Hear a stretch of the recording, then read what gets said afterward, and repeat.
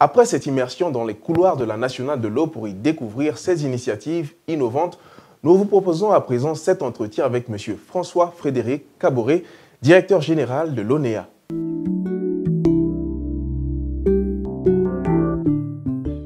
La qualité requiert la volonté de considérer l'innovation comme un facteur d'amélioration continue.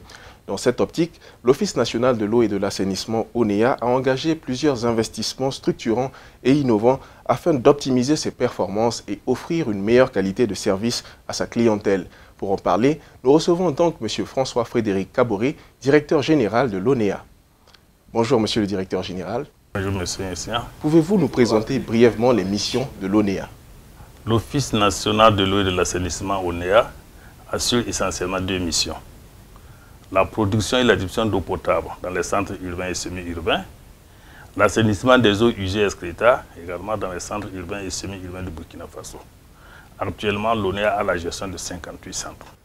Dans le plan stratégique ONEA 2016-2020, quels sont les investissements visant à renforcer l'outil de production? Les investissements structurants programmés pour renforcer l'outil de production sont entre autres la réalisation de 2 centres de production d'eau potable pour le renforcement de la production. Il s'agit plus précisément du projet d'alimentation en eau potable AEP de Tinkodro, Bitou, Garongo et Bagré à partir du barrage de Bagré et du projet d'alimentation en eau potable des villes de Yako, Goursi et Bossé à partir du barrage de Tuessé, dit barrage Karanzoé. Il y a la création de 10 nouveaux centres d'exploitation, la réalisation de 5 forages profonds à grand débit à Bobo dans le cadre du PAPEP pour un volume journalier de 40 000 m3, la réalisation de 66 forages de petit diamètre dans 25 centres de l'ONEA, la réalisation de 22 forages à grand débit dans les régions des hauts bassins, des cascades et de la boucle de Moun, la réalisation de 96 forages de petit diamètre dans 30 centres ONEA. Il faut également rappeler que le programme national d'approvisionnement en eau potable prévoit l'équipement de 20 nouveaux centres à l'horizon 2030. 8 de ces centres seront déjà équipés en 2021. Il s'agit de Bousma, Kosomogo, Montedo, Berdo, Tiebele, Gombousgou, Zam et Nyango pour toujours améliorer le taux de couverture des localités de plus de 10 000 habitants. L'ONEA a contribué aussi à la mise en œuvre de la délégation de services dans les localités comme Kamti, l'Europénie, Dissine, Ouessa, Amélé, etc. Il faut noter que cela contribue à l'amélioration de l'accès à l'eau potable des populations et à l'amélioration de leur cadre de vie. Au-delà du plan stratégique, nous avons également réalisé et raccordé 5 forages à Ouiguya et 13 forages à Kaya pour assurer l'approvisionnement en eau des populations déplacées internes. Monsieur le directeur général, quelle est la part de soutien des bailleurs de fonds dans votre plan stratégique qui arrive à son terme en 2020 et dont le coût total avoisine les 200 milliards de francs CFA? Nous apprécions et saluons la constance dans l'accompagnement de nos partenaires techniques et financiers.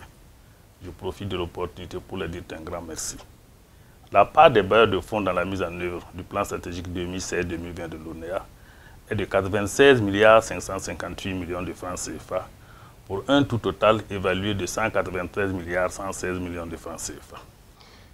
Qu'est-ce qui motive aujourd'hui le développement des innovations à l'ONEA?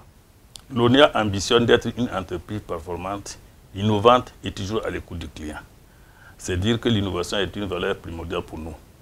Les évolutions de l'environnement et les innovations technologiques disponibles permettent aujourd'hui à l'ONEA d'améliorer la satisfaction des clients, d'améliorer la productivité et d'optimiser les coûts d'exploitation. C'est ainsi que nous développons actuellement des paiements en ligne, la télé-relève et la radio-relève, la télésurveillance des installations et les nouvelles solutions énergétiques. Bientôt, nous mettrons en place des compteurs après paiement. Il faut dire que les innovations sont également développées sur le plan managérial et institutionnel. On ne peut pas actuellement gérer 500 000 abonnés avec les mêmes outils qu'on utilisait lorsqu'on avait 200 000 abonnés. Quels sont les avantages pour vos services de diversifier particulièrement les moyens de paiement en nouant des partenariats avec des opérateurs de téléphonie mobile et des banques? Il faut dire que ces conventions de partenariat permettent une célérité, une disponibilité et une continuité dans les opérations de recouvrement de l'ONEA à travers la multiplication des points d'encaissement. Les avantages sont multiples pour l'ONEA, à savoir le désengagement des guichets de paiement de l'ONEA, le rapprochement des points de paiement par rapport aux abonnés. Il y a la réorientation des sommes à investir pour la construction de guichets dans les infrastructures de production et de distribution d'eau potable que nous pouvons faire.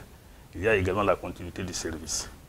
Avec la pandémie de la Covid-19, lorsque nous avons pris la décision de fermer nos agences pour préserver notre personnel et les clients, c'est grâce à ces solutions que nous avons pu gérer des charges et maintenir l'activité en réglant nos fournisseurs. Alors, M. Kaboré, quel est le bilan actuel en termes d'avancée et de réalisation de l'ONEA? Pour l'exercice 2019, le bilan de nos activités se résume de la manière suivante. 265 309 personnes supplémentaires ont été desservies à travers 554 km de réseaux supplémentaires posés et 24 716 branchements particuliers réalisés. Nous avons eu également 55 000 personnes supplémentaires ont eu l'accès à un assainissement adéquat. Monsieur le directeur général, quelles sont vos priorités actuelles? Les défis à relever sont les suivants. Accroître le taux d'accès à l'eau potable de 91% à 94% et le taux d'accès à l'assainissement de 38% à 42% à travers la réalisation de 290 km de réseau d'extension, 35 000 branchements particuliers, 100 bornes fontaines, 20 000 ouvrages d'assainissement autonomes. Démarrer les travaux de l'érection des centres de production d'eau au niveau du lac Dem, Tuessé et Bagré.